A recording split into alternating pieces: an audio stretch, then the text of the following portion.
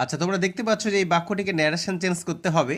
The parents said, why have you beaten the child. এটা আমরা কীভাবে করব?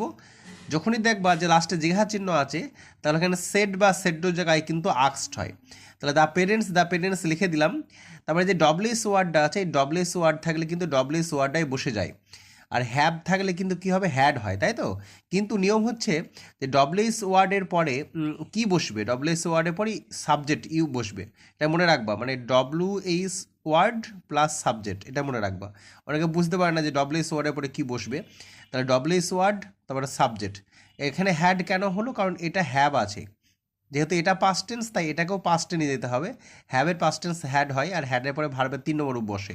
তাহলে beaten the child, beaten the child. The parents আক্সড কেন হলো আমি বলেছি। Why you had beaten the child, এটা মনে রাখবা। ডব্লিউএস ওয়ার্ডের পরে